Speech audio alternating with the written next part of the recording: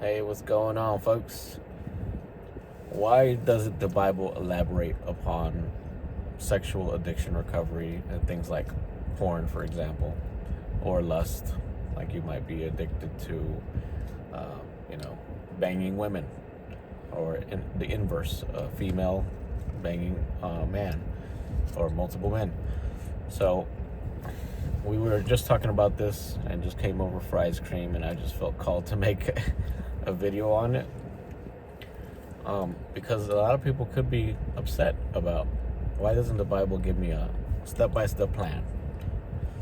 And in my research, well, I guess first context here, I'm a former porn addict, and I think I have created a pretty good solution to a recovery journey outside of that.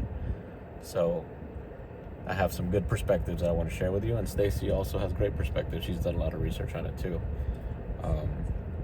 Having been at the sadly opposing end of my addiction many times, seeing the effects of that. There's a couple points though.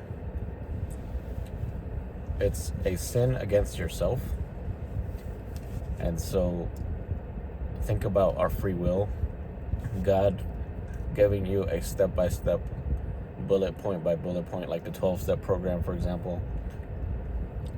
That's not in the Bible intentionally, I think, because it's your own journey that you want to be ideally obsessed with yourself. Not depending on other people, not expecting your temple to be arranged completely for you. But since it is a sin against your flesh, unlike any other sin, and it's so much more intense, you have to throw the kitchen sink at it. And it can be frustrating to throw multiple kitchen sinks because that's a heavy, very emotionally expensive effort. But that's what it takes. So the good news is we do have other programs, right? There's many Christian churches that set up these 12-step programs, courses, books, all these other things. So we do have ancillary stuff. But yeah, go ahead, jump in. Oh, okay. So yeah, there are a lot of Christian programs, but also non-denominational programs or strictly secular programs that still try to help deal with this too. But it's always nice to have a program that has more of a backbone of standing for something, because a lot of the times people are doing those different things or addictions, whether it's alcohol, drugs, porn addiction, to fill a void, right? So it's nice to have programs that help you fill a void with something more than just yourself. Mm-hmm. And nevertheless, it still can be frustrating to not just have a manual. But let's be real, even if you had a manual, if you're like deep set in your addiction, how motivated are you really going to be to work on that manual? Excuse me. As one pastor we know very eloquently said a few years ago, addiction takes time sometimes. It's not always cold turkey. In fact, I would probably argue under 5% of the time, God will deliver you with a cold turkey quitting of any addiction.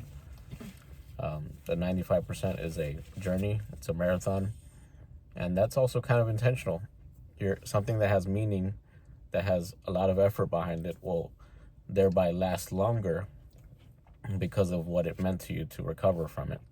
Like even our relationship leading up to marriage was a marathon. Yes, and he's still here. What did Sharon, one of our therapists, say? She said, like, in the first year of y'all being together, y'all handled most things that happened like 5-10 years down the line. So that's just the level of intensity we kind of live through. And it ties into this addiction. And so don't let the enemy be like, haha, you've been struggling with this, and I'm going to kick you down again. Mm-hmm. And, having those thoughts, I use the example when I talk to other people about this, other friends of mine, especially in the faith.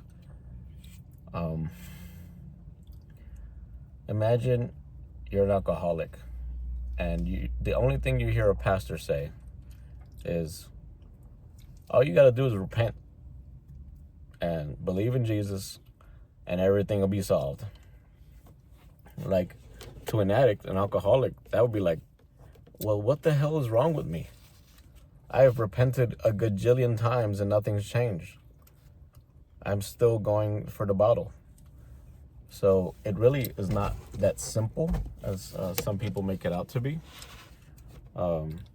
It takes, again, kitchen sinks left and right. And it takes courage to do that. And recognizing when you have, I think, made the heart posture progress changes versus the actual, like, nitpicking at each specific event. Like, what's one thing you say, Stacy? Like, it's not about, like, every single time that you sin, like, you should be really hard on yourself, even though that is useful. I think you said it's really about your heart. Sorry, I had a call coming in.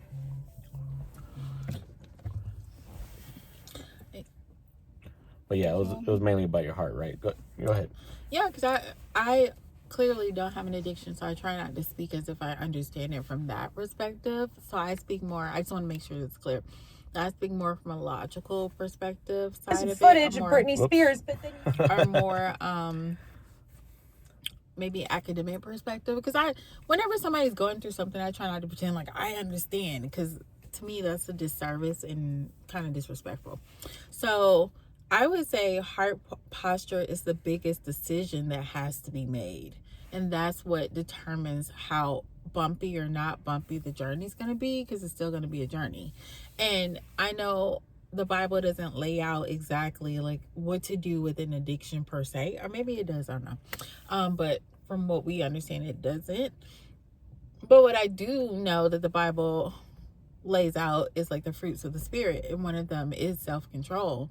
And self-control stems into that direct. Sorry, y'all, I'm like trying to talk, and I had some pina colada ice cream and the little coconut parts are like, I'm forgetting to chew them because it's cold, but it's good. So, but to go back to the point of self-control. So self-control is a fruit of the Spirit. So that's something that God wants us to work towards, right? Just like being patient, kind, all the other fruits of the Spirit.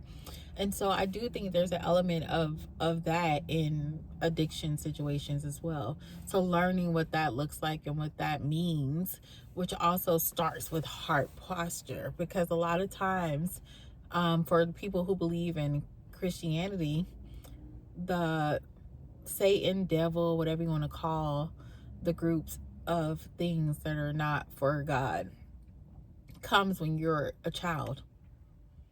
And so that's when you're still learning, you're still understanding who you are, your identity, what it means to be a childless on a child of God. So a lot of times people's faculties are dysfunctionally formed at such critical times when they didn't even have time to lay a blueprint. If that makes any sense. That makes sense. Yeah, like when I was 12 is when I started the porn addiction stuff because of all the trauma. It was my way of disconnecting from reality, from being like essentially the parent of the household very early on. So you mentioned self-control. That makes me think of another thing a pastor said. He was being interviewed, and he was essentially talking about anybody who has consent of the body and the spirit to sin is essentially operating in kind of a provocative position outside the faith. Well, when it comes to addiction, because he was pressed on this, with sexual addiction, or really any addiction, he kind of countered the person asking, like, well, do you believe an addict actually has consent of the will, of the body, of the spirit?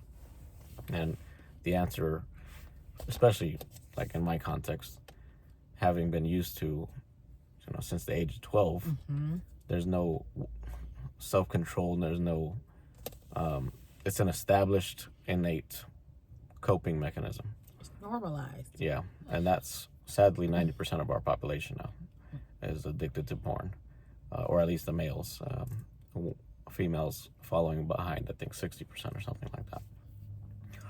So again, don't be like super hard on yourself. Of course, still throw the kitchen sinks at this stuff and work on your heart. Talk to God whenever you sin. Like, hey, this is what I'm going through today. It was really hard for me because of X, Y, and Z. And you know my heart. It's not like I love this stuff. It's just what I'm used to. Like, it's really recognizing, like, this is not, again, giving your brain, giving you consent. Like, this is good for me. It's not that, although obviously dopamine is involved from a cellular level, there is that perspective. But if you are a Christian, you do know ultimately that it hurts your heart. You have that conviction sitting around in your spirit. But again, you don't have a full consent to the will of the body because your body has been compromised by the enemy's devices. So similar to how candy bars are put at eye level to kids, or how McDonald's targets kids with their play places. They want to have lifelong customers, similar to how porn wants to tie you in for the rest of your life too. I think that's really good what you brought up, because it's just the earlier things can get their hands on you, like you literally said, lifelong customer. I think there's a point where you get to decide as a person, who do you want to be, not who you were told you should be or who you're going to be, because people sometimes hear, some shitty things, some crazy things as kids or teenagers, and spoken over them and speaking into their lives, and from many times from authority figures and people that they thought loved them, and maybe in some way they do, but they're still dysfunctional. So at the point at which you have enough faculty to think that there could be something different, or you're an adult and you know that there could be something different because you see people operating around the world, because everybody's not an addict, in that way, that things could be different. You just decide, who do I want to be now, regardless of the voices, regardless of what happened in my childhood. Who do I want to be now? And let that really lead the decisions that you make moving forward. Yeah. And speaking of other people that may try to influence you, I remember in 2019, I was really excited about some work I did with a therapist, and I brought it up to a close friend of mine. That close friend was like, nah, man, that's little girl behavior right there. I don't need that. You don't need that. You should give up on that. And I was like, luckily, I was rooted in my self-development. So I didn't allow that toxicity to influence me. But sadly, when we have like parents involved, like let's say I was a 10-year-old and my father told me that, like, that's some pussy behavior. Don't be going to therapy. Don't be listening to your mom. Don't be, in this case, obviously there was no mom involved, but I'm just trying to think of examples. Like, you have to be rooted in your self-awareness and things that are good for you, even if sometimes they don't work out, by the way, because some therapists are just not going to move the needle for you. I remember one of the first therapist I reached out to, and I was like, I want to really work on this porn stuff. She said, that's not a problem. No, that's normal. And I was like, you are out of your damn mind. And so many people will say that it's normal, and I always like to clap back that it's normalized, and just because things are normalized doesn't make it normal. And that goes for porn, the way our food is processed, what we do in life, all of that stuff. So, Yeah. So I think that was a good wrap up. Bye. I need to finish my ice cream. Later. Love you guys.